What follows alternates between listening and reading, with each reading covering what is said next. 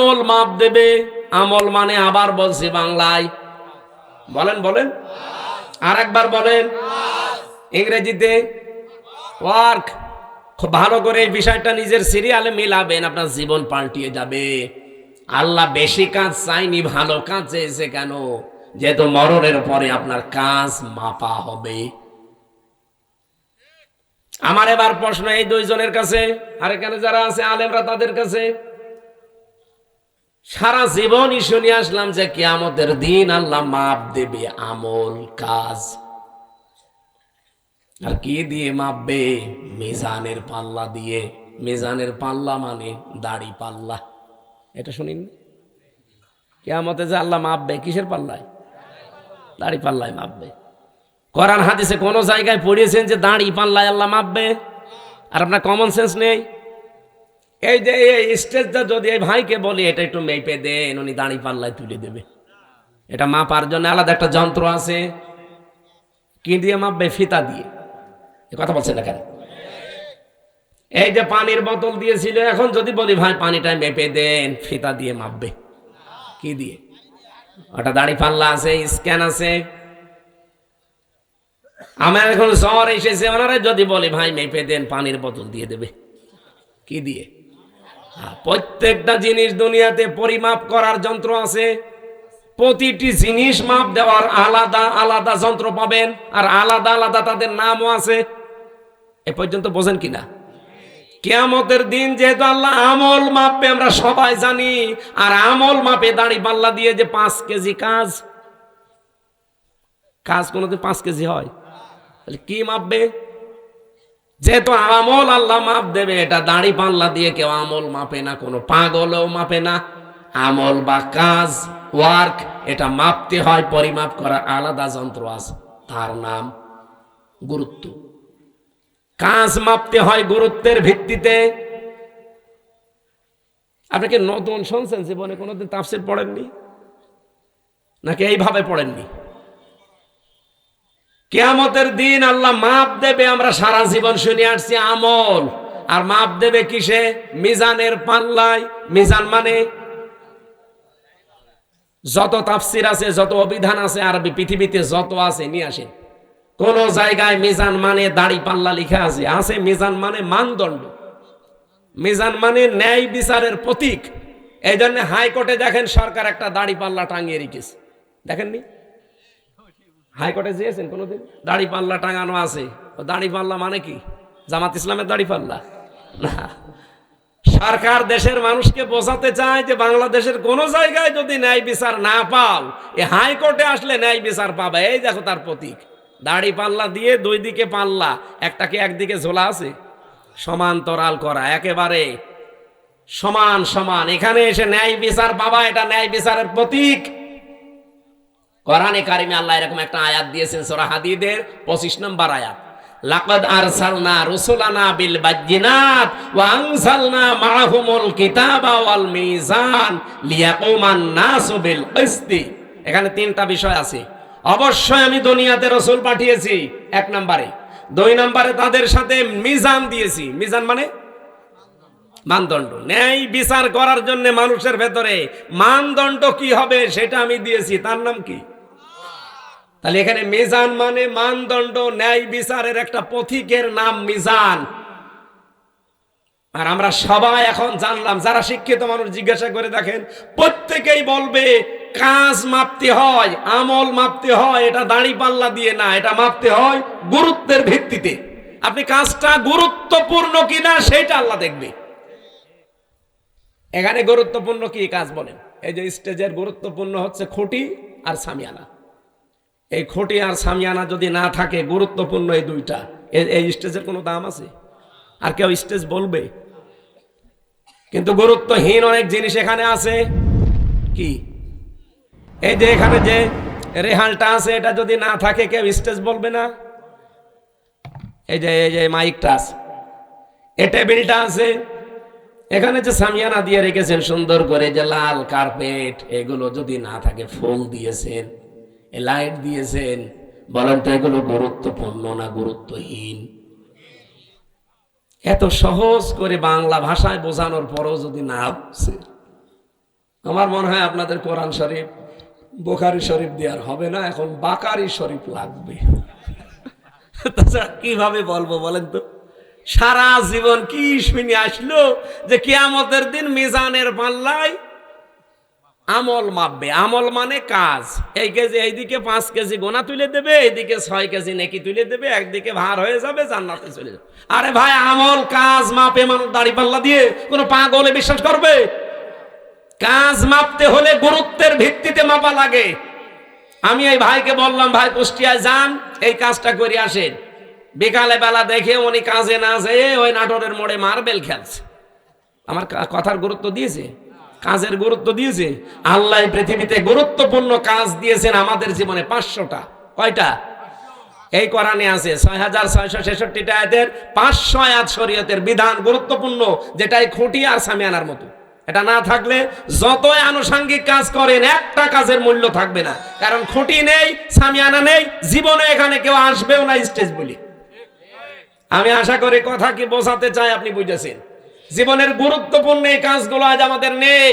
গুরুত্বহীন যেগুলো, এই tissue box, এই যে এটা, এই যে সামিয়ানা, এই যে মাইক, এই কার্পেট, এগুলো না হলেও চলে। হয়তো ওইগুলো নিয়ে আমরা আজ মারামারি করছি। বলেন, ওইগুলো নিয়ে আজ বাংলাদেশে মারামারি, শুধু দল বেদলে বিভক্ত। অথচ এই 500 আয়াত নিয়ে কোনো জায়গায় মারামারি হয় না। এই 500র ভেতরে একটা আইন হচ্ছে আল আকিমুদ্দিন ওয়ালা তাতাফাররাকু ফি। এই জমিনে আল্লাহর দ্বীন কায়েম করা লাগবে, এখানে কোনো ফতোয়াবাজি চলবে না। এই জায়গায় কোনো ফতোয়া নেই, যত ফতোয়া সব মাথায় টুপি কয়কলি দিয়েছেন এটা নিয়ে। আরে রাজশাহী, চাঁপাইনবাবগঞ্জ, নওগাঁ, নাটোর, এগুলোতে আরো বেশি। আমিন জোরে বলবেন, আসতে বলবে, এই নিয়ে মারামারি করে। গুরুত্বপূর্ণ কাজগুলো আগে করেন, কারণ কিয়ামতে আল্লাহ এইটাই মাপবে। মানুষের কাজ মাপতে হয়, আমল মাপতে হয়, গুরুত্ব কি, গুরুত্বর সাথে গুরুত্বহীন না গুরুত্বপূর্ণ, এইটা আল্লাহ দেখবে। আল্লাহ আমাদেরকে যেহেতু গুরুত্বপূর্ণ কাজ করার জন্য 4টা বিষয় আমি এখানে পেয়েছি। কোন কাজ আপনি আমি ভালো মনে করলে হবে না, এটার জন্য শর্ত 4টা। কাজটা ভালো কিনা শর্ত কয়টা? 1 নম্বরে কাজের জন্য জ্ঞান থাকা লাগবে, যেটা আমরা আরবিতে এলেম বলি। যে কোনো কাজ হাতে নেওয়ার আগে দেখতে হবে ওই বিষয়ে লোকটা জ্ঞানী কিনা। বাংলাদেশে এমন এমন মন্ত্রী ছিল, সারা জীবন পড়েছে আইন নিয়ে, আর তারে দিয়েছে খাদ্য মন্ত্রী, ওই যে টাকটা, গম চুরি করিস। আরে ভাই, যে সেই বিষয়ে পড়েছে আপনি তারে সেই বিষয় দেন। ও পড়লো সারা জীবন আইন নিয়ে, ওরে আপনি খাদ্য দিয়ে রেখেছেন, ও খাদ্যের কি বুঝবে? আমার কথা কি রাগ হচ্ছে? 2 নম্বরে নিয়ত থাকা লাগবে। এটা দুনিয়ার লোক দেখানোর জন্য আপনার হলে হবে না, এটা হওয়া লাগবে কার জন্যে? এই জন্য যারা কালেমা পড়ে লা ইলাহা ইল্লাল্লাহ, তাদেরকে আল্লাহ শিখিয়েছেন, তুই বল, কুল ইন্না সলাতি ওয়া নুসুকি ওয়া মাহইয়ায়া ওয়া মামাতি লিল্লাহি রাব্বিল আলামিন। সূরা নাম 8 নম্বর পারা, 9 নম্বর পৃষ্ঠা, 9 নম্বর লাইনের 163 নম্বর আয়াতে আছে, তাফসিরে ফি জিলালিল কোরআন। আল্লাহ বলেন, নবী আপনি বলেন, আমার নামাজ, আমার কোরবানি, আমার বেঁচে থাকা, আমার মরে যাওয়া দুনিয়ার কারো জন্য না, সব আমি আল্লাহর জন্য করি। মুফাসসিরিন ইকরাম বোঝাতে চায় আল্লাহর বক্তব্য, দুনিয়াতে যদি কেউ একটা কষ্ট সহ্য করে, কমপক্ষে তার ওই কষ্টের সাথে 70টা সুখ আল্লাহ জড়িয়ে রাখে। এ পর্যন্ত আপনারা কিছুই বোঝেননি, আন্দাজে সুবহানাল্লাহ বলেছেন। এবার আমি ব্যাখ্যায় দেখছি, টিকায় পড়েছিলাম, একটা কষ্ট যদি কেউ সহ্য করতে পারে দুনিয়ার এই ময়দানে, কারণ কয়টা বললাম? বলেন। 3 কারণের বাইরে যদি কষ্ট পান, তার জন্য আপনার জন্য 70টা সুখ আল্লাহ রেডি করবে না? নেই। হাসিনাও কিন্তু কষ্ট পেয়েছিল, কিন্তু এই 3 কারণের বাইরে। এবার আসেন তো, এই 3 কারণের কষ্ট আমাদের জীবনে আছে কিনা? 1 নম্বরে যদি আপনি কষ্ট পেয়ে থাকেন আল্লাহর জন্যে, 2 নম্বরে রাসূলুল্লাহর জন্যে, 3 নম্বরে মানবতার জন্যে। কষ্ট কয়টা? 3টা বলেন কেন? 1টা। কারণ কয়টা? এই তিন কারণের ভেতরে যে কোনো এক কারণে যদি দুনিয়ায় কেউ একটা কষ্ট পেয়ে থাকে, আল্লাহ যেহেতু মারার পরে আলিফ লাম দিয়ে নির্দিষ্ট করে দিয়েছেন কষ্ট একটা, কিন্তু ইসরাটা নির্দিষ্ট নেই। কমপক্ষে 10 থেকে 70টা পর্যন্ত সুখ, শান্তি, কল্যাণ দুনিয়া আখেরাত মিলিয়ে আল্লাহ তার সাথে জড়িয়ে রাখবে। আর 15.5 বছরে আমরা যারা সত্যিই কষ্ট পেয়েছি, কেউ আল্লাহর জন্যে, কেউ রাসূলুল্লাহর জন্যে, কেউ মানবতার জন্যে, এই কথা বললেন না? অবশ্যই এই তিন কারণের বাইরে অনেকে কষ্ট পেয়েছে, তাদেরটা আমি তাফসিরে পড়ি নাই, এজন্য বাদ। এই তিন কারণের যে কোনো একটা কারণে যদি আপনি কষ্ট পেয়ে থাকেন, আল্লাহর কসম, কোরআনের আয়াত, আল্লাহ গ্যারান্টি দিয়েছেন মাআল উসরি ইসরা, অবশ্যই দুনিয়া আখেরাত মিলে আপনাকে 70টা সুখ, শান্তি ভোগ করাবে। শুধু করাবে না, শেষে হর্ষাই আছে, করাবে। এবার যেহেতু আয়াতটা রিপিট করেছেন আল্লাহ, সিস্টেম অপর পৃষ্ঠায় দেখুন, আল্লাহ পাক বলেন দুনিয়াতে কেউ যদি একটা সুখ পায় আর ওই সুখটা যদি অবৈধ হয়, আবার বলছি, আপনি যদি একটা সুখ ভোগ করেন দুনিয়ায় আর সুখটা যদি হয় অবৈধ, একটা সুখের কারণে কমপক্ষে 70টা দুঃখ, যন্ত্রণা, কষ্ট, অকল্যাণ আপনার সাথে আল্লাহ জড়িয়ে রাখবে। এবার আমি একটা একটা করে উদাহরণ বলছি। পৃথিবীতে অনেকেই কিন্তু সুখ পেয়েছে, অবৈধ সুখ, যেমন এই যে পরকীয়া প্রেম করে সুখ পায় না, না এই এলাকায় সব নেই? যারা পরকীয়া প্রেমে লিপ্ত আছেন, আপনিও সুখ পেয়েছেন, শান্তি পেয়েছেন। তাকান, 1 নম্বরে নবীজি বলেন দুনিয়ার এই ময়দানে যেটা তোমার না, জোর করে যদি ওটা কেউ জোর জবরদস্তি করে দখল করে নেয়, 2টা শাস্তি তার জীবনে মাস্ট বি হবে। 1 নম্বরে ওই দিন থেকে ফালাইসা মিন্না, ও আমার উম্মত থেকে বের হয়ে গেছে। 2 নম্বরে ওয়ালিয়াতা বাব্বা মাকাদাহু মিনান নার। আল্লাহ পাক বলেন, নবীজি বলেন, এটা মুসলিম শরীফ যেহেতু নবীজির কথা, ও নিজের জায়গা যেন জাহান্নামে একটা লিখে বরাদ্দ করে রেখে দিয়েছে। হ্যাঁ, এখানে হাদিসের ব্যাখ্যায় মুহাদ্দিস যারা, তারা ব্যাখ্যা করতে গিয়ে দিয়েছেন যে জিনিস আপনার না, ওইটা যদি আপনি আবার নিয়ে নেন, আপনার জন্য এই 2টা শাস্তি। কিন্তু আপনার জিনিস যদি কেউ দখলে রাখে, ওইটা যদি আপনি ফেরত নেন, এটার জন্য আপনার ওই 2টা শাস্তি নেই। বোঝেননি? আমি জানি না। আপনার যে জিনিস দখল করে নিয়েছে একজন, আপনি যদি এখন কিছু পেয়ে ওইটা আবার নিজের আয়ত্তে নিয়ে নেন, আপনার জন্য হাদিসে বর্ণিত ওই 2টা শাস্তির একটাও হবে না। কিন্তু যে জিনিস আপনার না, জোর করে যদি আপনি নিজের দখলে দুনিয়ায় নিয়ে নেন, আপনি ওই দিন থেকে নবীর উম্মতের বাইরে চলে গেছেন। আপনি নামাজ পড়তে পারেন, রোজা রাখতে পারেন, হজ করতে পারেন, কিন্তু নবীর উম্মত আপনি আর নেই। হ্যাঁ, কিন্তু ওটা যদি আপনারই ছিল, দখল করেছিল একজন, সেটা আপনি আবার ফেরত পেয়েছেন, আপনার জন্য শাস্তি না? এই বাংলাদেশে অনেকের নামে আমরা দেখি, খালি চাঁদাবাজির কথা শুনলে, একজনের জিনিস নিয়ে নিয়ে, এটা শুনলে খালি এক দলের প্রতি আর এক দলের প্রতি এই যে কাদা ছোড়াছড়ি চলছে। আরে ভাই, আপনাকে আগে বাস্তবতা বোঝা লাগবে। যে লোকটার কাছ থেকে 15.5 বছরে আপনি কত কিছু নিয়েছেন, নিজের বিবেককে জিজ্ঞাসা করেন। এই মানুষগুলো যদি এখন সেগুলো ফেরত পায়, ফেরত নিয়ে নেয়, সে তো আর জোর জবরদস্তি করে নিয়ে তার নিজের জিনিস সে নিয়েছে। এরকম কিছু যদি হয়ে থাকে, তাহলে হাদিসের এই 2টা শাস্তি তার জন্য না। আমি আবার বলছি, আপনি আমি নিজে একজন ভিকটিম। এই 15.5 বছরের ভেতরে, বিশেষ করে 3 বছর জেলে থাকাকালীন, আমার বাবার বৈধ সম্পদ, এবং আমি চাকরি করতাম আকিস গ্রুপে, খতিব ছিলাম, সেখান থেকে তারা অবৈধভাবে বহু টাকা এমনিতেই নিয়েছিল। নাকি আমার কাছে টাকা পাইতো? বলেন।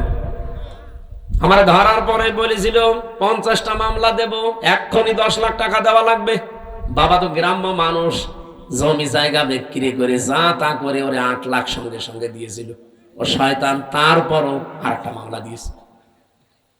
এভাবে খেপে খেপে বাবার কাছ থেকে প্রায় 32 লাখ টাকা নিয়েছে, আকিস গ্রুপের কাছেও নিয়েছে প্রায় 30-32 লাখ। 3 বছরে বলেন তো এত টাকা যারা নিল ওই টাকার মালিক তো তারাই, আর ওগুলো বৈধ মালিক। এখন যদি ওই টাকাগুলো আমি ফেরত চাই আমার অন্যায় হবে, কারণ জিনিস তো আমারই। আপনি তো জোর করে জবরদস্তি করে উল্টা পাল্টা মামলা দিয়ে টাকাগুলো নিলেন। এখন আপনার বিরুদ্ধে মামলা দিলে ওই টাকা যদি সরকার আমারে ফেরত দেয়, তে আমার দোষ কিসের? আমার জিনিস আমি ফেরত পেয়েছি। কয়দিন আগে যে সিরাজগঞ্জ গোল চত্বরে বসেছিলাম, তারেক জিয়া সাহেবের গ্রামে গিয়েছিলাম এক মাহফিলে, গাবতলী থানা না, ওই গ্রামে গিয়েছিলাম আগস্টের 5 তারিখের আগে। স্টেজ থেকে তাড়তে তাড়তে মাঠের ভেতরে ওসি সহ আমারে প্রায় 1-1.5 কিলোমিটার তাড়িয়েছে, পা মা কেটে। ওই দিন আমার গাড়িটা ড্রাইভারটা ধরে আটকে রেখে দিয়েছিল। পরবর্তীতে যাদের পাঠালাম তাদের বলেছে টাকা দিতে বলেন। কিসের টাকা? দেওয়া লাগবে। 1,13,000 টাকা গুছিয়ে দিয়েছিলাম বিভিন্ন জায়গা থেকে। ওই দিন তো আমি নিজেই পালিয়ে বেড়াচ্ছি। মে মাসের মনে হয় শেষের দিকে হবে। আগস্টের 5 তারিখের পরে সেই দেশ পরিবর্তন হয়ে গেছে, ওর নামে বিভাগীয় মামলা হয়েছে। ওর এখান থেকে পাঠিয়ে দিয়েছে কক্সবাজারের টেকনাফে। ওর বন্ধু এখানে চাকরি করে, আর একজন খোঁজ পেয়েছে যে আমার মাহফিল সিরাজগঞ্জে, ওই জায়গা থেকে চলে এসেছে। এসে আমি চা খাচ্ছিলাম, হঠাৎ করে এসে বলছো, হুজুর আসসালামু আলাইকুম, আমারে মাফ করে দেন। কে আপনি? বলছে আমি সেই ওসি আজাদ। আরে ভাই আপনারাই খুঁজছে, এদিকে আসেন। আমি আপনারাই খুঁজতেছি। আমি যে বেকার আমার গাড়িটা আটক করে নিয়ে এতগুলো টাকা নিলেন, আর আমার যে তাড়া দিয়েছিলেন, আমার বিভাগীয় মামলা হয়েছে, আমার চাকরি মনে হয় থাকবে না। আমারে দিয়েছে সেই বান্ধব কি কক্সবাজারের টেকনাফে। আমি অনেক কষ্ট করে এসেছি আমার এই বন্ধুর মাধ্যমে খোঁজ নিয়ে, আপনি আমার মাফ করে দিয়েন। কোনো অনুষ্ঠানে যেন অন্তত আমার নামে কিছু বললেন না। আমি কিছু বলবো না, আগে টাকা ফেরত দেন। আচ্ছা টাকা নেই, টাকা নেই তো কিসের মাফ? 7 দিন সময় দিলাম, টাকা ফেরত দেওয়া লাগবে। আপনাদের এই নাটোরের সন্তান একজন ছিল আব্দুল বারী রশিদি, এই যে সিংড়ায় বাড়ি, ওই ভাইয়ের গাড়ি আটকিয়েছিল। শেষ পর্যন্ত এখানে ডিস্টার্ব করা যাবে না, থাক এখানে দাঁড়িয়ে থাক ভাই, আপনি জানেন, আপনি এখানে এসে বসেন তো ভাই।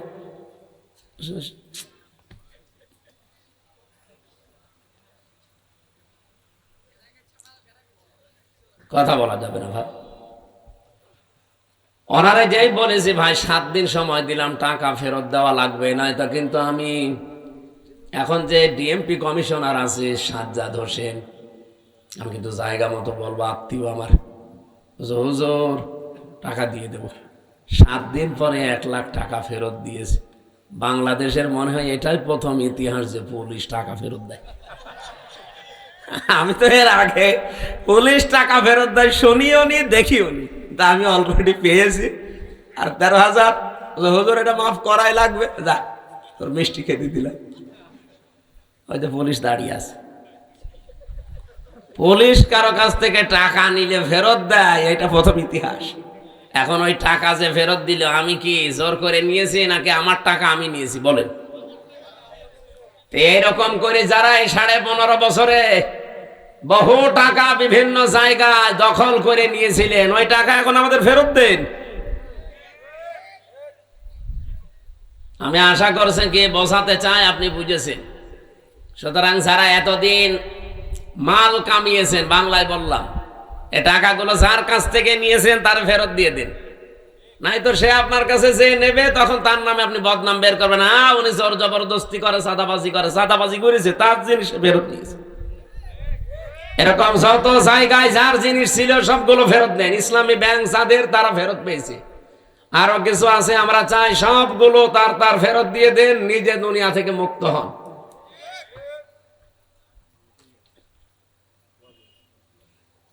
একজন ওসিকে পেয়েছিলাম জেলখানায়, আমি তো ফাঁসির কন্ডেম সেলে থাকতাম সব সময়। উনি আমার এসে একদিন বলছো, হুজুর আপনি তো তওবার কথা বলেন, আমি ওখানে ভেতরে ওই অক্তীয় নামাজ পড়াতাম, আমার পেছনে নামাজ পড়ার জন্য অনেকে আসত। নামাজের পরে 2-3 মিনিট করে কথা বলতাম।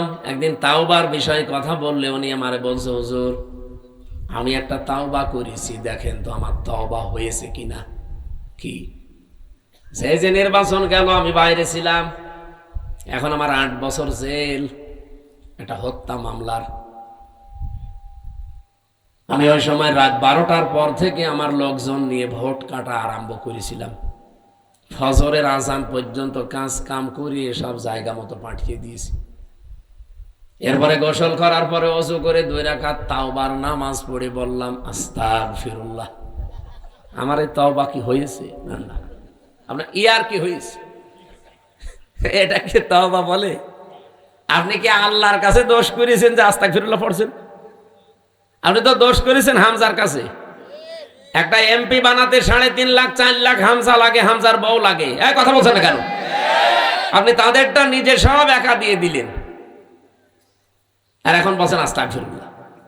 আপনার মাফ হতে পারে, তাওবা কবুল হতে পারে যদি বের হওয়ার পর ওই 3.5 লাখ 4 লাখ হামজা আর হামজার বর কাছে যে বলবেন যে এই ভুল করে ফেলেছিলাম, আমারে মাফ করে দিন।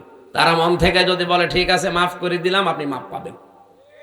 আর তারা যদি বলে না কিসের মাপ, আপনাকে আমরা থাপড়াবো, প্রত্যেকে একটা করে থাপ্পড় দেবো, তাই খাবেন। কি কথা বলছেন কেন? কারণ দুনিয়ায় বিচার যদি না হয়, কিয়ামতের দিন আল্লাহ নিজে বিচার করবে। কারণ আপনি তারা আল্লাহর হক নষ্ট করেননি, হক নষ্ট করেছেন, হক বলে বান্দার হক।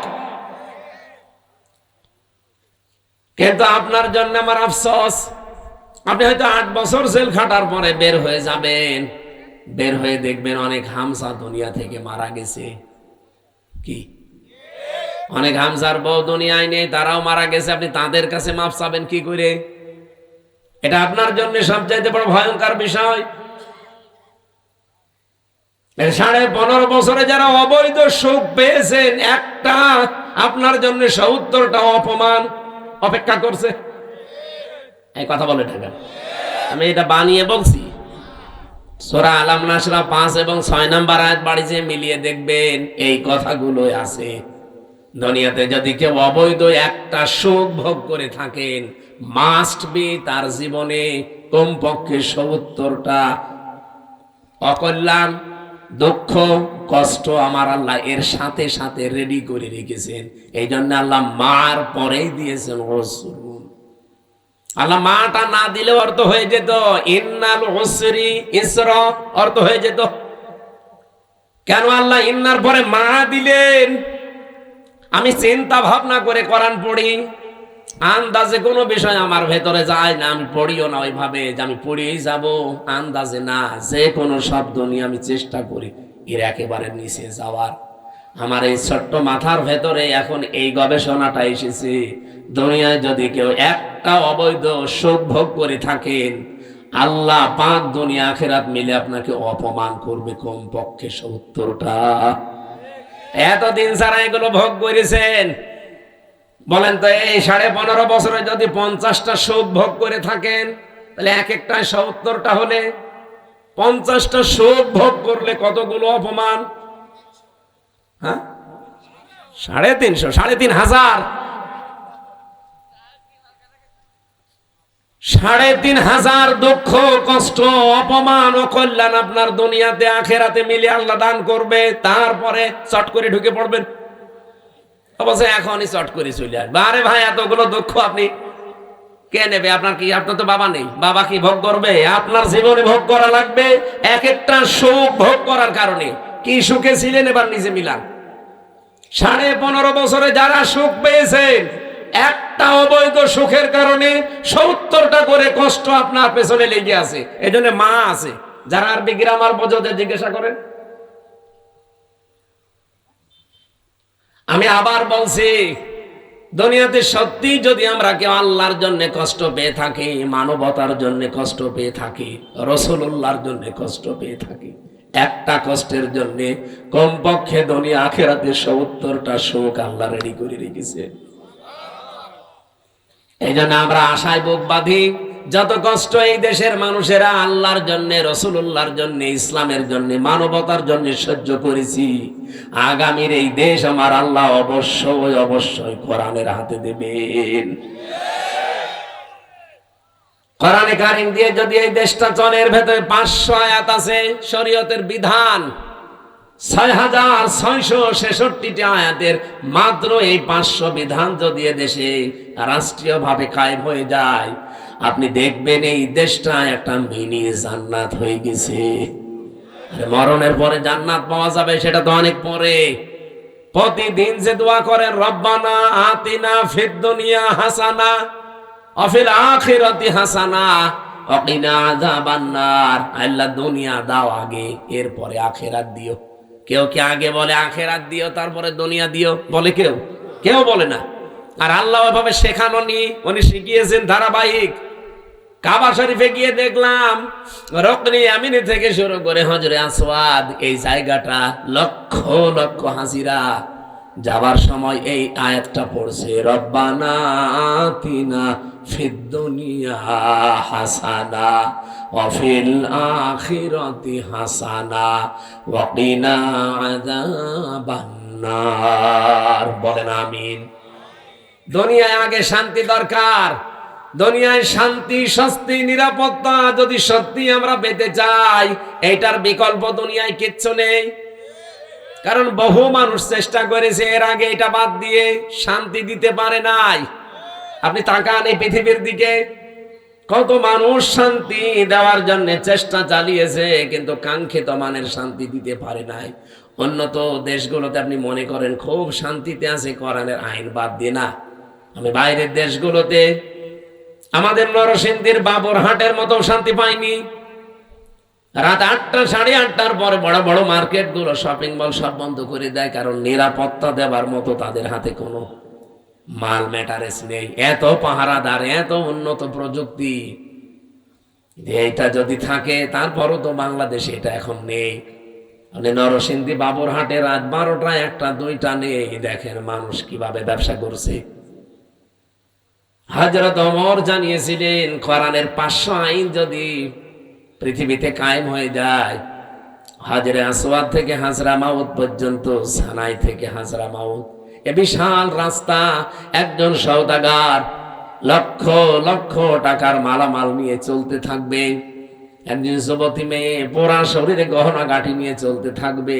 ওর মনের ভেতরে একটা ভয় কাজ করবে না, শুধু আল্লাহর ভয় বাদে অন্য কারো। আমরা তো ওই রকম পরিবার চাই, ওই রকম সমাজ চাই, ওই রকম দেশ চাই।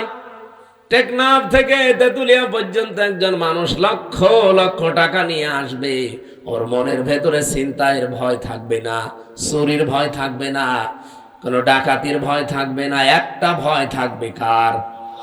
বলেন বলেন। মিনি জান্নাত হয়ে যাবে দেশটা। ওই দৃশ্যটা আমরা চোখে দেখতে চাই।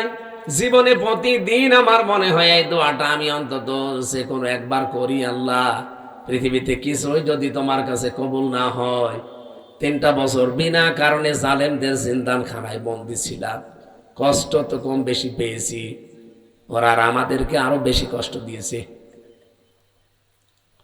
আমি তারেক জিয়া সাহেবের পিএস যারা মিয়া নুরুদ্দিন অপু ভাই, ওনার বন্ধু গিয়াসউদ্দিন মামুন ভাই, এই 2 জনের সাথে আর আল্লামা মামুনুল হক, এই 4 জন আমরা পাশাপাশি ছিলাম 3 বছরে। মিয়া নুরুদ্দিন অপু ভাই আর মামুনুল হক, এই 2 জনের যে স্যাক্রিফাইস আমার প্রতি আমি জীবনও বলতে পারবো না। এই জন্য যেখানে যাই আমি অপু ভাইয়ের জন্য, মামুন ভাইয়ের জন্য, মামুনুল হকের জন্য আগে দোয়া করি নেই, আল্লাহ পাক দুনিয়া আখিরাতে তাদের যেন উত্তম পুরস্কার দান করেন। বহু কষ্ট পেয়েছে লোকগুলো বিনা কারণে, বিশেষ করে অপু ভাইয়ের মতো মানুষ। এখন পরিবর্তন হয়ে গেছে যতটুকুই, কি কষ্ট দিতে এই মানুষগুলো। 24 ঘন্টা সিসি ক্যামেরা লাগিয়ে, 2 জন পাহারাদার আমাদের 4 জনের জন্য আলাদা বসানো, 24 ঘন্টা তালা লাগানো, ফাঁসির কন্ডেম সেলে। মনে হচ্ছে আমরা কি করেছি। খালি ওনাদের তারেক জিয়ার সাথে সম্পর্ক আর আমাদের ইসলামের সাথে সম্পর্ক, এই তাছাড়া আমার কি দোষ পেয়েছিল বলে? আমারে মামলা দিয়েছে, আমি নাকি আনসারুল্লাহ বাংলা টিমের প্রধান, কি অসাতা আমি জানি না। সেই ভুয়া মামলা দিয়ে 3 বছর রেখে দিল। আরে জেলে দিলেও তো থাকা যায়, নাটোরে তো জেলখানা। জেলা কারাগার গুলোতে থাকা আর বাড়িতে থাকা প্রায় সমানই। কিন্তু আমাদের এই গেছিল হাই সিকিউরিটি জেলে, ফাঁসির সেল, কন্ডেম সেল, ওর ভেতরে আবার 24 ঘন্টা তালা লাগানো। কিছু পড়তেও দিত না।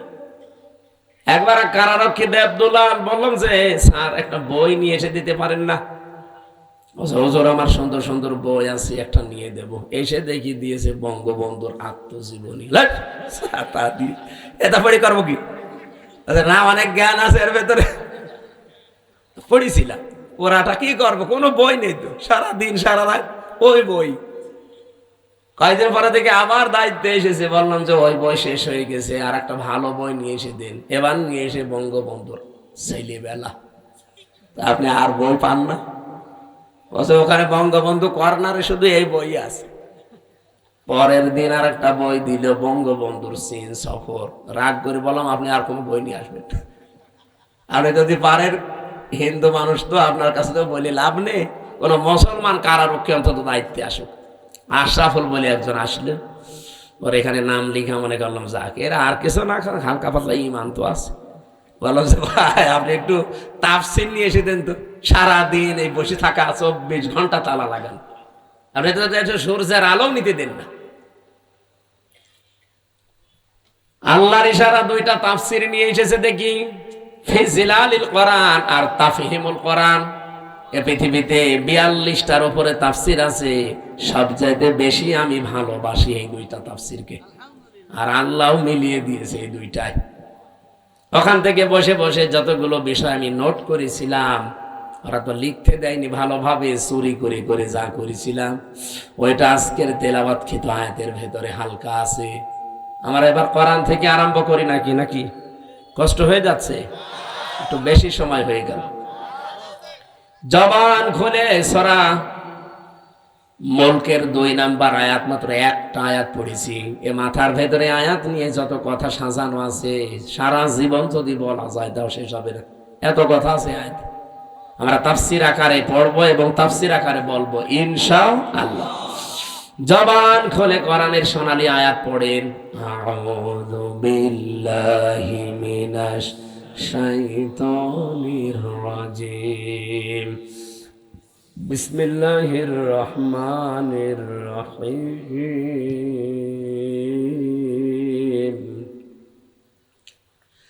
الذي خلق الموت والحياة ليبلوكم أيكم أحسن عملا وهو العزيز الغفور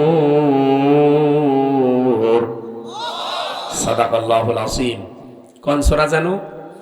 মুলক। মুলক মানে রাজত্ব। মুলক মানে আমরা যাই ভাবি, যাই করি না কেন, যাই চিন্তা ভাবনা আমাদের থাক, বিভিন্ন রাজনৈতিক দল করার কারণে আলাদা চিন্তা ভাবনা থাকতে পারে, কিন্তু রাজত্বের আসল মালিক কিন্তু আল্লাহ। এটা আপনাকে বিশ্বাস করা লাগবে। যদি এর ভেতরে অন্য কেউ ঢোকে আপনি মুশরিক। এক কথা বলছেন? রাজত্বের মালিককে ক্ষমতায় পৃথিবীতে কেউ দিতে পারবে না আপনাকে। ক্ষমতায় দিতে পারবে শুধুমাত্র আমার আল্লাহ। আপনার যদি অন্য কোনো বিশ্বাসের ভেতরে ঢোকে যে না আমেরিকা আমারে পারবে, ভারত আমারে পারবে, জনগণ আমারে পারবে, আল্লাহর কসম আপনার ঈমান শেষ, আপনি মুশরিক হয়ে গেছেন। কিয়ামতের দিন আমল লাখ লাখ যদি মানুষের কমও থাকে, কিন্তু ঈমানটা যদি তার নির্ভেজাল থাকে, আমার আল্লাহ তারে মাফ করে দেবে।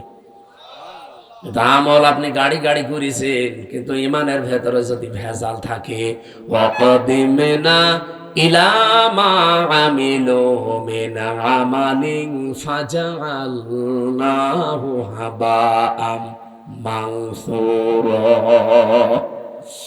এই পৃথিবীতে কোন মানুষ যদি শিরিক যুক্ত আমল নিয়ে আল্লাহর কাছে হাজির হয়, যে এই দেখেন, ওর আমলটা দেখার পরে আল্লাহ ধুলি কণার মতো ওর মুখের উপরে নিক্ষেপ করবে। আল্লাহর এক বান্দা আয়াতটা নিয়ে চিন্তা করছিলেন। এক বাজারে গেছে বাজার করার জন্য, হঠাৎ বাজারওয়ালা দোকানদারকে 100 টাকার একটা নোট দিয়ে বাজারগুলো সদাইগুলো দিয়ে দেন। উনি টট এভাবে উলট পালট করে বলছে, হুজুরে টাকা চলে না, অচল টাকা। এর মাঝে যে একটা দাগ থাকার দরকার ওটা নেই, এটা জাল টাকা, ভেজাল। আপনি নিয়ে যান, অন্য সময় দিয়ে যাবেন। যেই বলেছে এটা জাল, অচল, উনি সেন্সলেস হয়ে গেছে। লোকজন এসে বলেছে, দোকানদার এই লোকটাকে মেরেছেন। বলছে না, আগে ওর হুঁশ ফেরান। পানি দিয়ে বাতাস দিয়ে যখন হুঁশ ফিরিয়ে এসেছে, ওরে জিজ্ঞাসা করছে, ভাই আপনি অজ্ঞান হয়ে গেলেন কেন? লোকটা বলছে, দেখেন ওকে আমাকে কিচ্ছু বলে নাই, মারিও নাই, বকাবকিও করে নাই, শুধু টাকা দিয়েছিলাম। টাকাটা উলট পালট করে বলছে এটা জাল টাকা, অচল, চলে না। আমার জীবনে একটা ধাক্কা লেগেছে যে আমারও তো একটা টাকার নোট আছে, তার নাম হায়াত। তার নাম কি বলেন বলেন? আমার তেলাওয়াত কিন্তু আয়াতের দ্বিতীয় শব্দই কিন্তু এইটা, আল্লাযী খালাকাল মাউতা ওয়াল হায়াতা। আল্লাহ বলেন আমি তোমাদের মউত আর হায়াত বানিয়েছি। লোকটা ডাক দিয়ে বলছে, আমারও একটা হায়াত আছে, একটা নোট আছে টাকার, তার নাম এই 50, 60, 70 বছরের হায়াতের জিন্দেগি। আমি যদি এখনই মারা যাই, রব্বুল আলামিন যদি আমার হায়াতটা হাতে করে বলে, বান্দা এটা অচল, চলে না। এর ভেতরে শিরিকের কিছু দেখতে পাচ্ছি, এর ভেতরে মানুষ ঠকানো আমল দেখতে পাচ্ছি। এইরকম ভেজাল আমল দিয়ে, এরকম ভেজাল জীবন দিয়ে আমার জান্নাতে যাওয়া যাবে না। এই চিন্তা করে আমি সেন্সলেস হয়ে গেছি। ও নাটোরবাসী, আমরা কোথায় আছি বলেন তো? তারাও তো মানুষ ছিল। কুল্লু নাফসিন যায়িকাতুল মাউত ওয়া ইন্নামা তুওয়াফাউনা উজুরাকুম ইয়াউমাল কিয়ামাহ। সূরা আলে ইমরান 4 নাম্বার পারা 13 নাম্বার পৃষ্ঠা 13 নাম্বার লাইনের 185 নাম্বার আয়াতের প্রথম অংশে আছে। এটা তাফসীর ইবনে কাসিরে পাবেন। রব্বুল আলামিন বলেন প্রত্যেকেই কিন্তু মারা যাবে। এদিকে তাকান। এখানে যারা আমরা আছি, খুব বেশি হলো আর 60 বছর, 70 বছর, খুব বেশি হলো 100 বছর পরে একজনও থাকবেন না।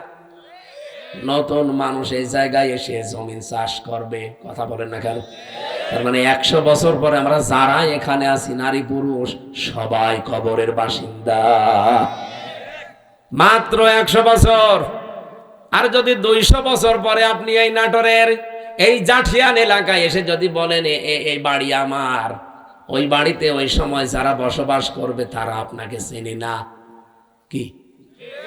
আর আপনিও তাদেরকে চেনেন না, কিন্তু বাড়ি ঘর আপনার, আপনি চিনতে পারছেন। এখন এসে যদি বলেন এই বাড়ি আমার, আল্লাহর কসম আপনাকে ঢুকতে দেবে না। আমি আমার নিজেরটা বলছি, এই যে কোরআন আমার সামনে, আমি জেলখানায় গিয়ে এগুলো আরো বেশি উপলব্ধ করতে পেরেছি, কারণ একা একা থাকতাম। আমার বাবার নাম রিয়াজউদ্দিন, তার বাবার নাম জাহান আলী, তার বাবার নাম নমাজ আলী। এরপরে আমি আর চিনি না, সত্যি কথা বলছি, এরপরের পুরুষ আমি আর চিনি না। আর আমি নমাজ আলীকে দেখি নাই, আমি জাহান আলী পর্যন্ত দেখেছি।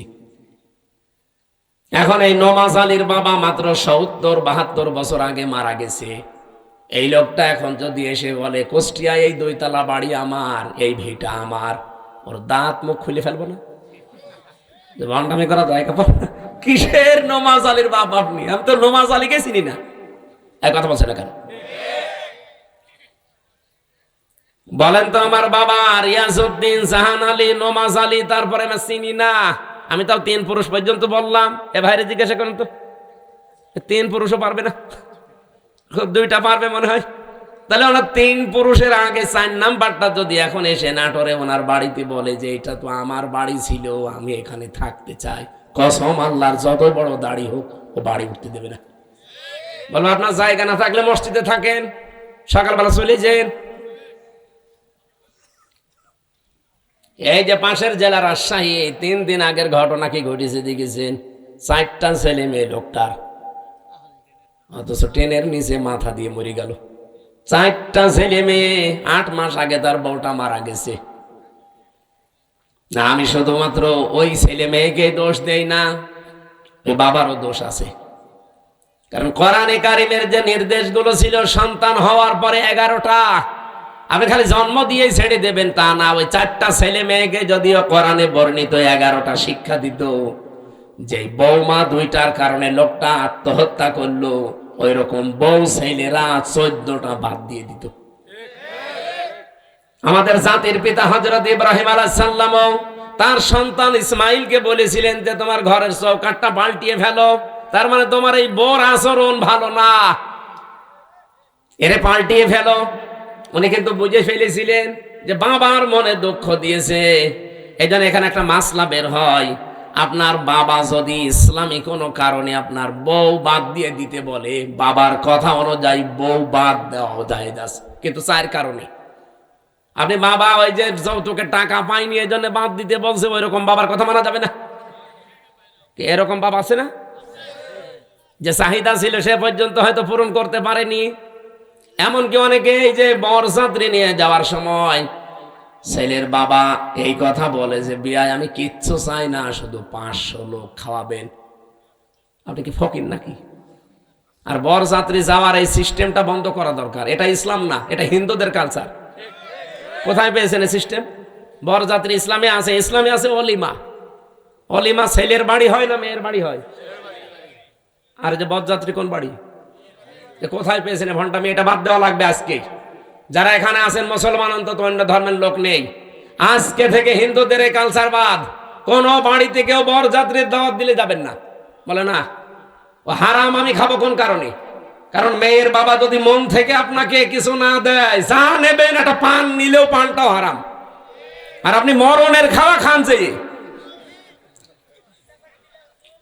10 পিস করে গোস্ত খায়, তারপরও বলে না কিছুই হয়নি। তোর হবে কি করে? ও তো রাক্ষস। বরযাত্রী যাওয়া যাবে? গিয়েছেন কোনদিন? এটা বন্ধ করা লাগবে। অলিমা করবে কথাটা 3-4 বার বলতাম না, কারণ আমার ছেলে নেই, আমার 3টা মেয়ে, আমার আবার বাঁচা লাগবে না।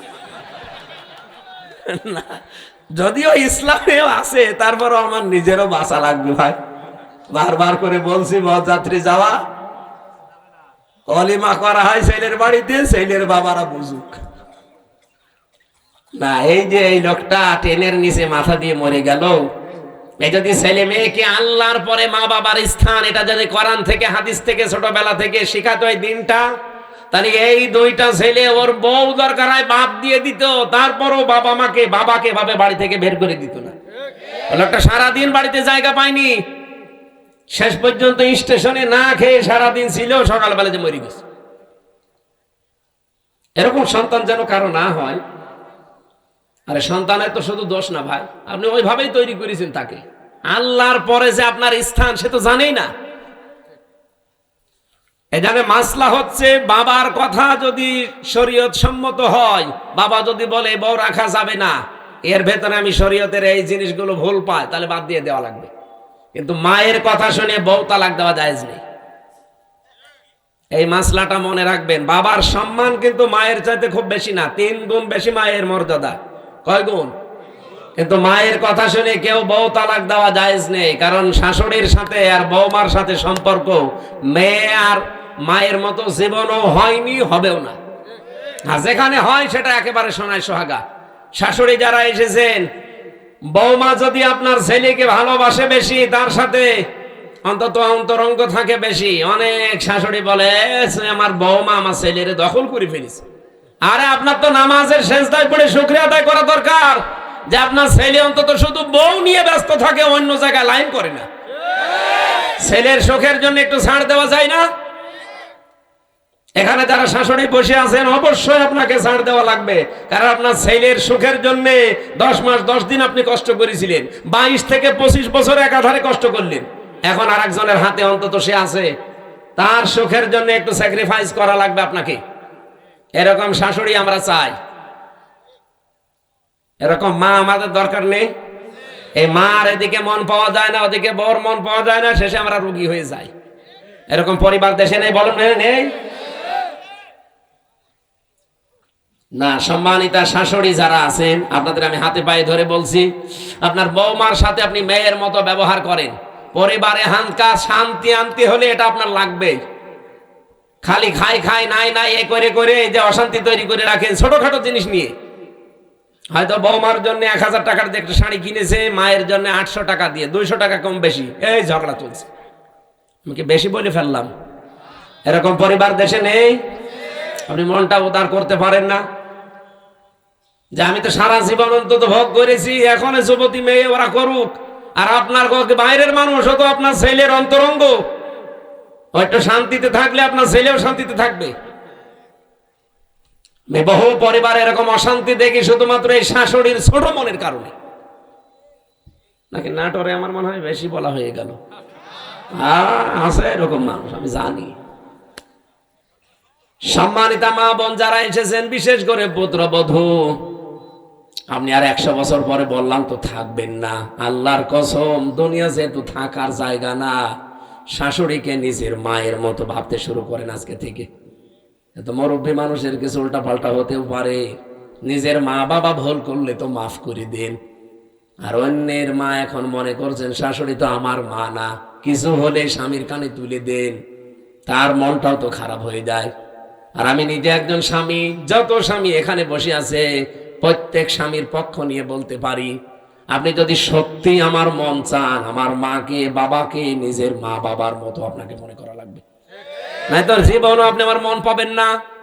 হয়তো উপরে আপনাকে ভালোবাসবো আমার ছেলে মেয়ের কারণে, কিন্তু জীবনও আপনি আমার মন পাবেন না। আশা করছি এটা একটু ছাড় দেবেন, নিজের মা বাবার মতো আপনি মনে করে দেখেন, দেখেন পরিবারটা একটা মিনি জান্নাত হয়ে যাবে।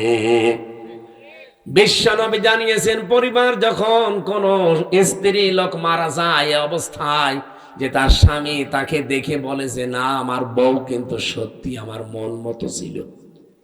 নবীজি বলেন, এই স্বামী স্ত্রীর লাশ দেখে যদি গ্যারান্টি দিতে পারে ওই স্ত্রী জান্নাতি। নামাজ পড়ে নাই, রোজা রাখে নাই, পর্দা করে নাই, কথাগুলো এখানে নেই। খাদিজাতুল কুবরার পুরা জীবনী পড়লাম, জীবনে 1 ওয়াক্ত নামাজ পড়েননি, একটা রোজা রাখেননি, জীবনে একদিনের জন্য পর্দায় থাকেননি, জীবনে একটা হজও করেননি, একটা টাকা যাকাতও দেননি। কিন্তু তাকে আমার আল্লাহ নিজে সালাম পাঠিয়েছেন। এই একজন মাত্র মহিলা পৃথিবীতে যাকে আল্লাহ নিজে সালাম দিয়েছেন। আর নিজে জান্নাতে ঘর বানিয়ে তার জন্য সুসংবাদ পাঠিয়েছেন এই একটা মাত্র মহিলা।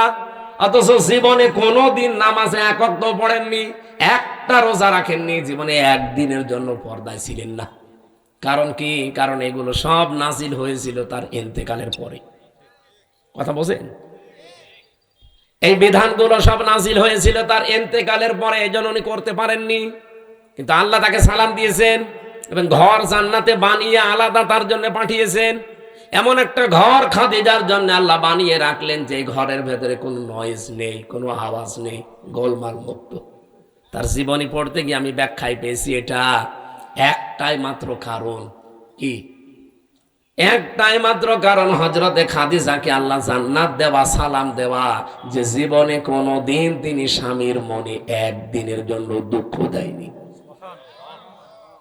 স্বামী যখন বাইরে থেকে আসতো ঘরটা নয়েজ মুক্ত রাখতেন, আওয়াজ মুক্ত রাখতেন, একটা নির্মল শান্ত পরিবেশ তৈরি করে দিতেন ঘরটায়, মনে হচ্ছে বাইরে থেকে এসে জান্নাতে আছে।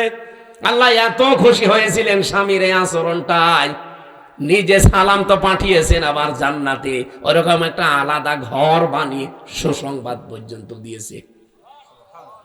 আমি নিজে স্বামী সহ যত স্বামী এখানে বসে আছি, আমি গ্যারান্টি দিয়ে বলতে পারি, একটা স্বামী এখন হাত তুলতে পারবেন যে জীবনে কোনো দিন একদিনের জন্য আমার স্ত্রী আমাকে একটা দুঃখ দেয়নি? হাত তোলেন তো। নেই।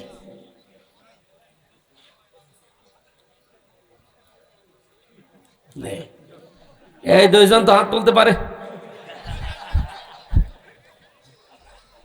ক্যামেরা এদিকে মারো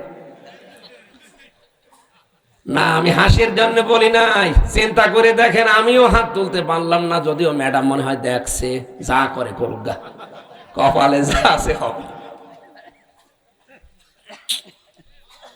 কি আশ্চর্য মেয়েরা, এই যে হাজার হাজার মহিলারা বসে আছে, ওরা মনে করে নামাজ পড়লে, রোজা রাখলে আর কালো বোরকা পরলে আমি জান্নাতি। কে বলেছে আপনাকে? খাদিজা তো জীবনে এক ওয়াক্ত নামাজ পড়েনি, একটা রোজা রাখেনি, একটা দিনের জন্য পর্দা ছিল না।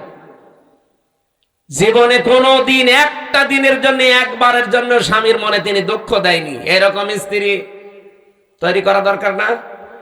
এখানে যারা বসে আছেন, আল্লাহ যেন খাদিজার মতো তৈরি করে দেন আপনাদের, বলেন আমিন।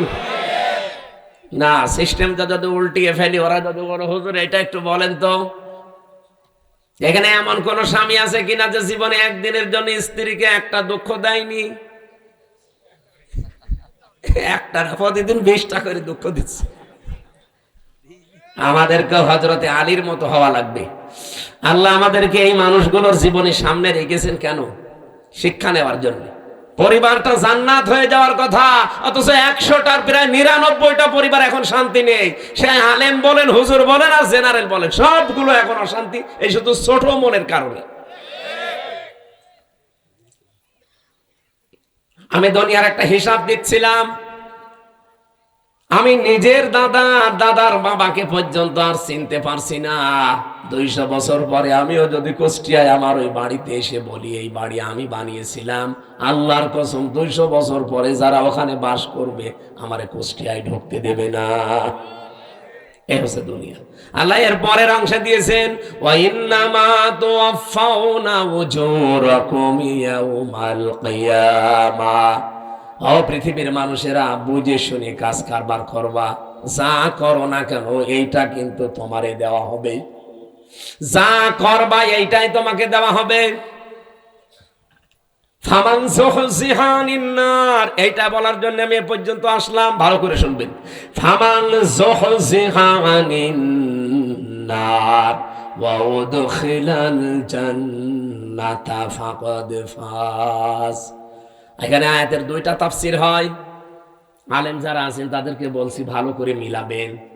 প্রথম তাফসীর হচ্ছে, ওই লোকটার জীবন আসল সফল, যাকে আল্লাহ জাহান্নামের আগুন থেকে মাফ করে দিয়ে জান্নাতে দিয়ে দেবে, সেই লোকটা সফল। আর একটা তাফসীর হচ্ছে, পৃথিবীর ময়দানে যতদিন সে বেঁচে আছে, জাহান্নামের কাজগুলো যখন আস্তে আস্তে ছেড়ে দিয়ে জান্নাতের কাজের দিকে আস্তে আস্তে এগিয়ে যেতে পারে, তখন সে যেন মনে করে আমি সফল হচ্ছি। আগে নামাজ পড়তো না, এখন ধরেছে। আগে সুদ খেত, এখন ছেড়ে দিয়েছে। এরকম কাজ কারবার গুলো যখন আপনি জাহান্নামের কাজ একটা একটা করে ছেড়ে দিয়ে জান্নাতের কাজের দিকে এগিয়ে যেতে পারবেন, আপনি মনে করবেন আল্লাহ পাক আমাকে জীবন সফল করে দিচ্ছে। আপনি বলেন তো, হচ্ছে আপনার জীবন এটা? না। আগে বিড়ি খেতেন না, এখন আরো খান। আগে সুদ খেতেন না, এখন খান। এমনকি এখানেও আমার মনে হয় এমন এমন মানুষ বসে আছে, সুদের টাকা ছেড়ে দেয়। 1000 টাকা দিলে 100 টাকা বেশি দেয়। এরকম মানুষ টাকা ছেড়ে দিয়ে রেখেছে, সেই টাকা ওয়াজ শুনে যে তুলবে। এরকম মানুষ নেই? অলরেডি টাকা ছেড়ে দিয়ে এসেছে, ওয়াজ শেষ করে কালকে যে ওই টাকা তুলবে, সুদের টাকা। নাকি এলাকা এখনো শুরু হয়নি? তা কারা কারা সুদের টাকা ছেড়ে দেবেন, হাত তোলেন তো। একজু তা দাঁড়িয়ে এলাম মানুষ। আপনি কয় টাকা ছেড়েছেন? না, যারা এগুলো ছেড়েছেন আপনি না খেয়ে মরে যান ভাই। সুদের টাকা খাওয়া আর মায়ের সাথে জেনা করার সমান।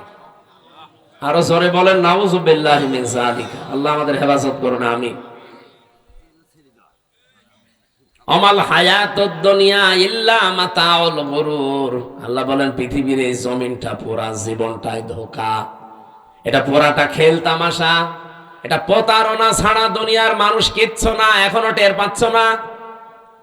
আমি হামজা যদি এখনই এই অবস্থায় মরে যাই, আপনারা হয়তো খবর পাঠিয়ে দেবেন বাড়িতে যে হামজা মারা গেছে।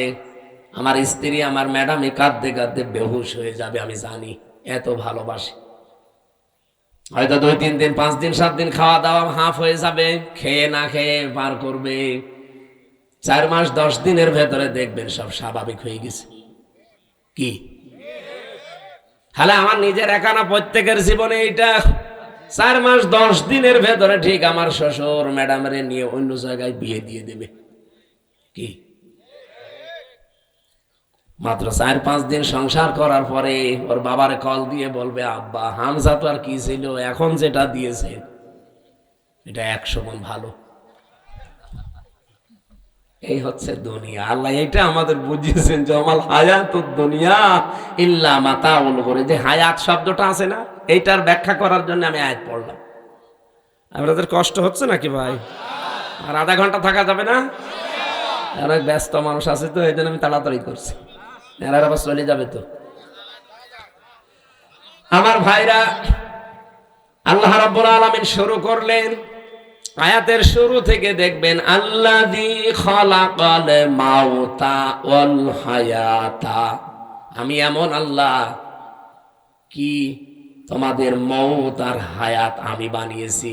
এবার চিন্তা করেন, আল্লাহ আয়াত শুরু করার আগে কিন্তু হায়াত আগে দেননি, আগে দিয়েছেন মউত। কি দিয়েছেন? মুফাসসিররা তাফসীর করতে গিয়ে লিখেছেন, আল্লাহ পাক মানুষকে জানাতে চেয়েছেন, পৃথিবীর মানুষেরা পৃথিবীর যত উপরে ওঠো না কেন, এই কথা সব সময় মনে রাখবা যে আমার মরা লাগবে।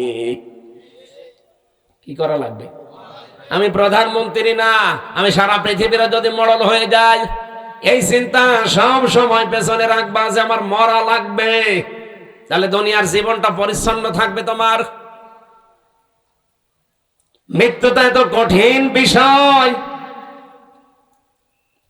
এই পৃথিবীর কোন মানুষকে যেহেতু ছাড়েন নাই, শ্রেষ্ঠ মানুষের নাম আমরা জানি মুহাম্মাদুর রাসূলুল্লাহ, তাকে পর্যন্ত মরণ ছেড়েছে। তাকে কিন্তু অফার দিয়েছিল আজরাইল এসে যে যতদিন থাকতে চান আপনি থাকতে পারবেন দুনিয়ার হায়াতে, এরপরে যখন আপনার ইচ্ছা হবে তখন আপনাকে আমি নিয়ে যাব। নবীজি জিজ্ঞাসা করলেন, ভাই আজরাইল, যদি আমি সত্যি থাকতে চাই কতদিন? যতদিন ইচ্ছা পারবেন, তারপরে মরা লাগবে। কারণ কুল্লু নাফসিন যায়িকাতুল মাউত, এটা সবার জন্যে। বিশ্ব নবী তখন ডাক দিয়ে বলেন, ফেরেশতা, মরা যদি লাগে তখন এই নশ্বর দুনিয়ায় আমি আর থাকতে চাই না, আমার মাবুদের কাছে আমারে নিয়ে চলো।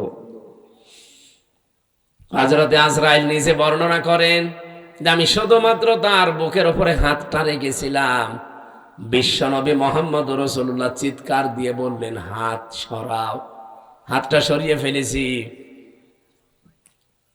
ফেরেশতা বলে, হুজুর, আমি আজ পর্যন্ত পৃথিবীতে কারো কাছে জান কবজের অনুমতি চাইনি, আজকেই প্রথম।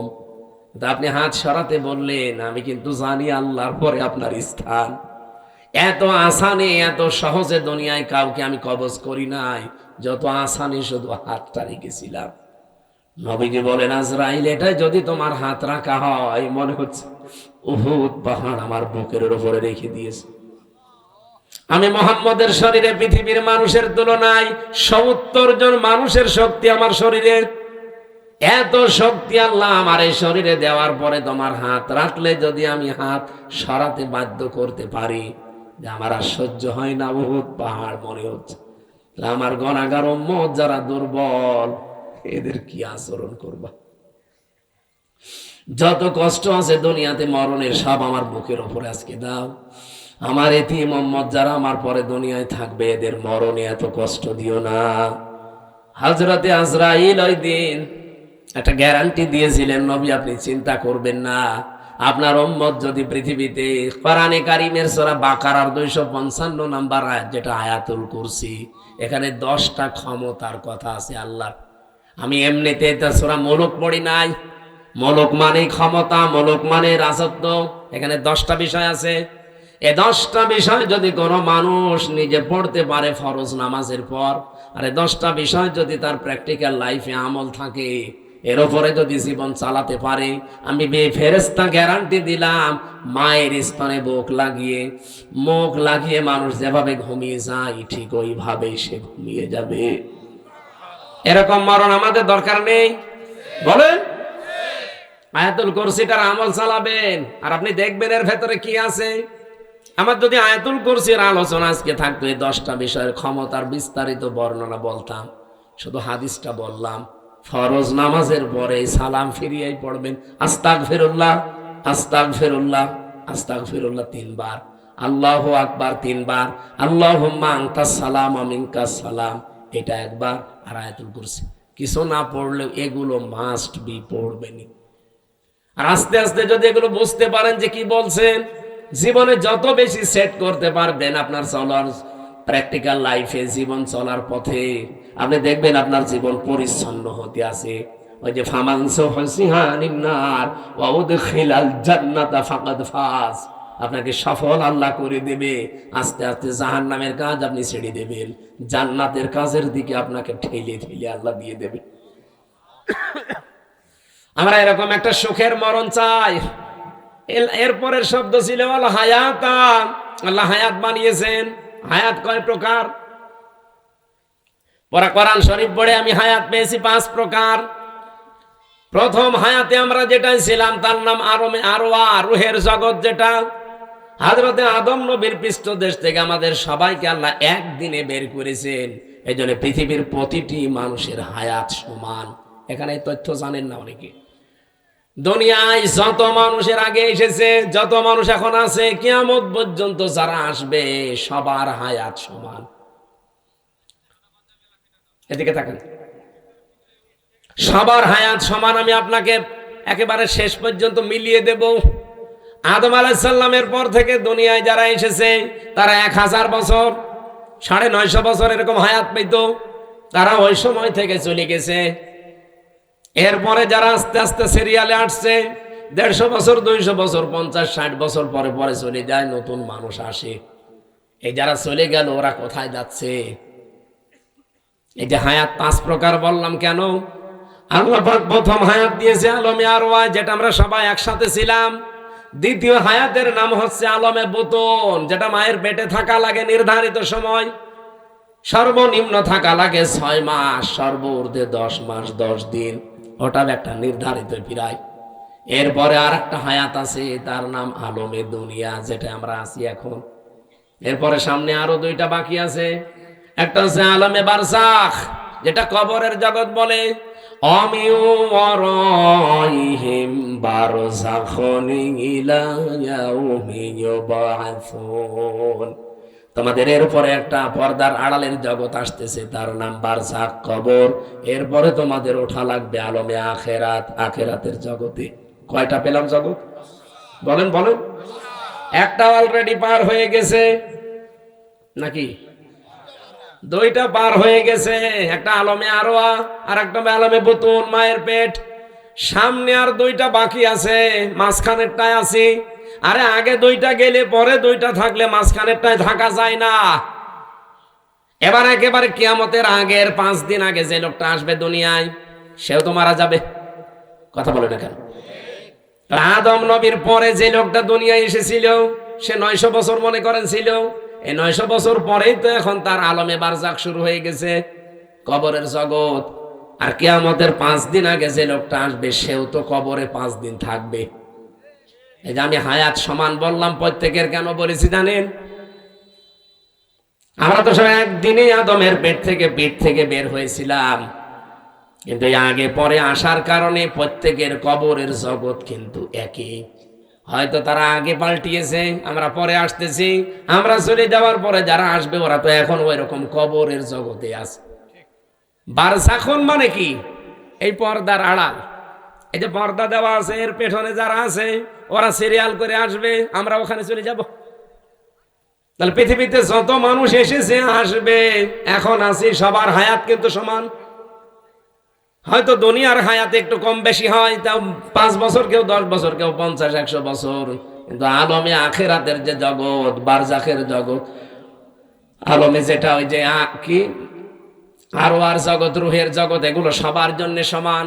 এই 5টা হায়াত আল্লাহ আমাদেরকে দিয়ে বলেন কেন দিলাম? এই মাঝখানের হায়াতটা জানো, দুনিয়ার জগৎ যেটা, লিয়াবলুয়াকুম আইয়ুকুম আহসানু আমালা।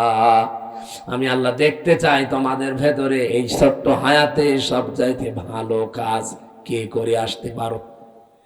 আল্লাহ কি কাজ দেখতে চেয়েছেন? আল্লাহ আকসারু আমালা দেয়নি যে বেশি কাজ, না, আল্লাহ ভালো কাজ চাই।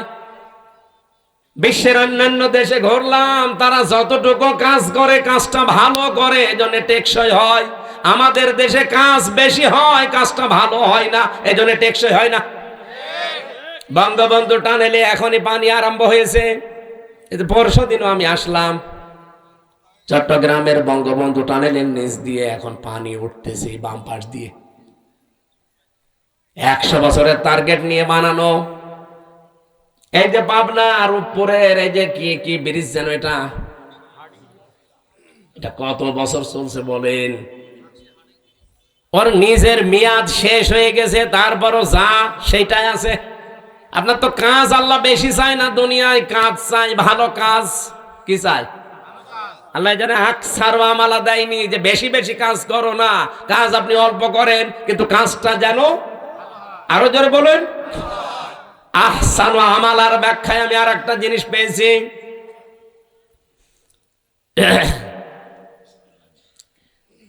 মরণের পরে যেহেতু একটা জিনিসের হিসাব আল্লাহ নিজে ধরবেন, তার নাম ওই যে মিজান। আমরা নাম শুনি যে মিজানের পাল্লায় আল্লাহ মাপ দিবেন। মিজানের পাল্লায় মাপবে না? কে মাপবে? আমল। বলেন বলেন, আমল মানে কাজ। কে বলেছে আমল মানে নাকি? নেকির আলাদা শব্দ আছে, আর সাওয়াবুন মানে নেকি, আর আমল মানে কিয়ামতে আমল মাপ দেবে। আমল মানে আবার বলছি বাংলায়, বলেন বলেন, আর একবার বলেন ইংরেজিতে ওয়ার্ক। খুব ভালো করে এই বিষয়টা নিজের সিরিয়ালে মিলাবেন, আপনার জীবন পাল্টিয়ে যাবে। আল্লাহ বেশি কাজ চাইনি, ভালো কাজ চেয়েছে। কেন? যেহেতু মরণের পরে আপনার কাজ মাপা হবে। আমার এবার প্রশ্ন এই দুইজনের কাছে, আর এখানে যারা আছে আলেমরা তাদের কাছে। সারা জীবনই শুনে আসলাম যে কিয়ামতের দিন আল্লাহ মাপ দেবে আমল কাজ। আর কি দিয়ে মাপবে? মিজানের পাল্লা দিয়ে। মিজানের পাল্লা মানে দাড়ি পাল্লা। এটা শুনিনি? কিয়ামতে যে আল্লাহ মাপবে কিসের পাল্লায়? দাড়ি পাল্লায় মাপবে। কোরআন হাদিসে কোন জায়গায় পড়িয়েছেন যে দাড়ি পাল্লায় আল্লাহ মাপবে? আর আপনার কমন সেন্স নেই? এই যে এই স্টেজটা যদি এই ভাইকে বলি এটা একটু মেপে দেন, উনি দাড়ি পাল্লায় তুলে দেবে। এটা মাপার জন্য আলাদা একটা যন্ত্র আছে। কি দিয়ে মাপবে? ফিতা দিয়ে। কথা বলছেন না কেন? এই যে পানির বোতল দিয়েছিল, এখন যদি বলি ভাই পানিটা মেপে দেন, ফিতা দিয়ে মাপবে। কি দিয়ে? ওটা দাড়ি পাল্লা আছে, স্ক্যান আছে। আমার এখন জ্বর এসেছে, ওনারা যদি বলি ভাই মেপে দেন, পানির বোতল দিয়ে দেবে। কি দিয়ে? প্রত্যেকটা জিনিস দুনিয়াতে পরিমাপ করার যন্ত্র আছে। প্রতিটি জিনিস মাপ দেওয়ার আলাদা আলাদা যন্ত্র পাবেন, আর আলাদা আলাদা তাদের নামও আছে। এ পর্যন্ত বোঝেন কিনা? কিয়ামতের দিন যেহেতু আল্লাহ আমল মাপবে আমরা সবাই জানি, আর আমল মাপে দাড়ি পাল্লা দিয়ে যে 5 কেজি কাজ, কাজ কোনোদিন 5 কেজি হয়? তাহলে কি মাপবে? যেহেতু আমল আল্লাহ মাপ দেবে, এটা দাড়ি পাল্লা দিয়ে কেউ আমল মাপে না, কোনো পাগলও মাপে না। আমল বা কাজ, ওয়ার্ক, এটা মাপতে হয়, পরিমাপ করার আলাদা যন্ত্র আছে, তার নাম গুরুত্ব। কাজ মাপতে হয় গুরুত্বের ভিত্তিতে। আপনি কি নতুন শুনছেন? জীবনে কোনোদিন তাফসীর পড়েননি নাকি এইভাবে পড়েননি? কিয়ামতের দিন আল্লাহ মাপ দেবে, আমরা সারা জীবন শুনে আসছি আমল। আর মাপ দেবে কিসে? মিজানের পাল্লায়। মিজান মানে যত তাফসীর আছে, যত অভিধান আছে আরবি পৃথিবীতে যত আছে নিয়ে আসেন। কোন জায়গায় মিজান মানে দাড়ি পাল্লা লেখা আছে? আছে। মিজান মানে মানদণ্ড, মিজান মানে ন্যায় বিচারের প্রতীক। এই জন্য হাইকোর্টে দেখেন সরকার একটা দাড়ি পাল্লা টাঙিয়ে রেখেছে, দেখেননি? হাইকোর্টে গিয়েছেন কোনোদিন? দাড়ি পাল্লা টাঙানো আছে। দাড়ি পাল্লা মানে কি? জামাত ইসলামের দাড়ি পাল্লা না। সরকার দেশের মানুষকে বোঝাতে চায় যে বাংলাদেশের কোন জায়গায় যদি ন্যায় বিচার না পাও, এ হাইকোর্টে আসলে ন্যায় বিচার পাবে। এই দেখো তার প্রতীক, দাড়ি পাল্লা দিয়ে দুই দিকে পাল্লা, একটাকে একদিকে ঝোলা আছে, সমান্তরাল করা, একেবারে সমান সমান। এখানে এসে ন্যায় বিচার পাবা, এটা ন্যায় বিচারের প্রতীক। কোরআনে কারিমে আল্লাহ এরকম একটা আয়াত দিয়েছেন, সূরা হাদীদের 25 নম্বর আয়াত। লাকাদ আরসালনা রুসুলানা বিল বাজ্জিনাত ওয়া আনজালনা মাআহুমুল কিতাবা ওয়াল মিজান লিয়াকুমান নাসু বিল কিসতি। এখানে 3টা বিষয় আছে। অবশ্যই আমি দুনিয়াতে রাসূল পাঠিয়েছি, 1 নম্বরে। 2 নম্বরে তাদের সাথে মিজান দিয়েছি। মিজান মানে মানদণ্ড, ন্যায় বিচার করার জন্য মানুষের ভেতরে মানদণ্ড কি হবে সেটা আমি দিয়েছি, তার নাম কি? তাহলে এখানে মিজান মানে মানদণ্ড, ন্যায় বিচারের একটা পথিকের নাম মিজান। আর আমরা সবাই এখন জানলাম, যারা শিক্ষিত মানুষ জিজ্ঞাসা করে দেখেন, প্রত্যেকেই বলবে কাজ মাপতে হয়, আমল মাপতে হয়, এটা দাড়ি পাল্লা দিয়ে না, এটা মাপতে হয় গুরুত্বের ভিত্তিতে। আপনি কাজটা গুরুত্বপূর্ণ কিনা সেটা আল্লাহ দেখবে। এখানে গুরুত্বপূর্ণ কি কাজ বলেন? এই যে স্টেজের গুরুত্বপূর্ণ হচ্ছে খুঁটি আর সামিয়ানা। এই খুঁটি আর সামিয়ানা যদি না থাকে, গুরুত্বপূর্ণ এই দুইটা, এই স্টেজের কোনো দাম আছে? আর কেউ স্টেজ বলবে? কিন্তু গুরুত্বহীন অনেক জিনিস এখানে আছে। কি? এই যে এখানে যে রেহালটা আছে, এটা যদি না থাকে কেউ স্টেজ বলবে না। এই যে মাইকটা আছে, এই টেবিলটা আছে, এখানে যে সামিয়ানা দিয়ে রেখেছেন সুন্দর করে, যে লাল কার্পেট, এগুলো যদি না থাকে, ফুল দিয়েছেন, লাইট দিয়েছেন, বলেন তো এগুলো গুরুত্বপূর্ণ না গুরুত্বহীন? এত সহজ করে বাংলা ভাষায় বোঝানোর পরও যদি না বুঝে, আমার মনে হয় আপনাদের কোরআন শরীফ, বুখারী শরীফ দেওয়ার হবে না, এখন বাকারি শরীফ লাগবে। তাছাড়া কিভাবে বলবো বলেন তো? সারা জীবন কি শুনে আসলো যে কিয়ামতের দিন মিজানের পাল্লায় আমল মাপবে। আমল মানে কাজ। এই কেজি, এইদিকে 5 কেজি গোনা তুলে দেবে, এইদিকে 6 কেজি নেকি তুলে দেবে, একদিকে ভার হয়ে যাবে, জান্নাতে চলে যাবে। আরে ভাই, আমল কাজ মাপে মানুষ দাড়ি পাল্লা দিয়ে? কোন পাগলে বিশ্বাস করবে? কাজ মাপতে হলে গুরুত্বের ভিত্তিতে মাপা লাগে। আমি এই ভাইকে বললাম, ভাই কুষ্টিয়ায় যান, এই কাজটা করে আসেন। বিকালে বেলা দেখে উনি কাজে না যেয়ে ওই নাটোরের মোড়ে মার্বেল খেলছে। আমার কথার গুরুত্ব দিয়েছে? কাজের গুরুত্ব দিয়েছে? আল্লাহ পৃথিবীতে গুরুত্বপূর্ণ কাজ দিয়েছেন আমাদের জীবনে 500টা। কয়টা? এই কোরআনে আছে 6666 আয়াতের 500 আয়াত শরীয়তের বিধান গুরুত্বপূর্ণ, যেটাই খুঁটি আর সামিয়ানার মতো। এটা না থাকলে যতই আনুষঙ্গিক কাজ করেন, একটা কাজের মূল্য থাকবে না। কারণ খুঁটি নেই, সামিয়ানা নেই, জীবনে এখানে কেউ আসবেও না স্টেজ বলি। আমি আশা করি কথা কি বোঝাতে চাই আপনি বুঝেছেন। জীবনের গুরুত্বপূর্ণ এই কাজগুলো আজ আমাদের নেই। গুরুত্বহীন যেগুলো, এই টিস্যু বক্স, এইটা, এই যে সামিয়ানা, এই যে মাইক, এই কার্পেট, এগুলো না হলেও চলে। হয়তো ওইগুলো নিয়ে আমরা আজ মারামারি করছি। বলেন, ওইগুলো নিয়ে আজ বাংলাদেশে মারামারি, শুধু দল বেদলে বিভক্ত। অথচ এই 500 আয়াত নিয়ে কোনো জায়গায় মারামারি হয় না। এই 500র ভেতরে একটা আইন হচ্ছে আল আকিমুদ্দিন ওয়ালা তাতাফাররাকু ফি। এই জমিনে আল্লাহর দ্বীন কায়েম করা লাগবে, এখানে কোনো ফতোয়াবাজি চলবে না। এই জায়গায় কোনো ফতোয়া নেই, যত ফতোয়া সব মাথায় টুপি কয়কলি দিয়েছেন এটা নিয়ে। আরে রাজশাহী, চাঁপাইনবাবগঞ্জ, নওগাঁ, নাটোর, এগুলোতে আরো বেশি। আমিন জোরে বলবেন, আসতে বলবে, এই নিয়ে মারামারি করে।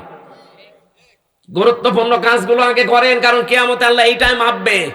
মানুষের কাজ মাপতে হয়, আমল মাপতে হয় গুরুত্ব কি, গুরুত্বর সাথে। গুরুত্বহীন না গুরুত্বপূর্ণ, এইটা আল্লাহ দেখবে। আল্লাহ আমাদেরকে যেহেতু গুরুত্বপূর্ণ কাজ করার জন্য 4টা বিষয় আমি এখানে পেয়েছি। কোন কাজ আপনি আমি ভালো মনে করলে হবে না, এটার জন্য শর্ত 4টা। কাজটা ভালো কিনা শর্ত কয়টা? 1 নম্বরে কাজের জন্য জ্ঞান থাকা লাগবে, যেটা আমরা আরবিতে এলেম বলি। যে কোনো কাজ হাতে নেওয়ার আগে দেখতে হবে ওই বিষয়ে লোকটা জ্ঞানী কিনা।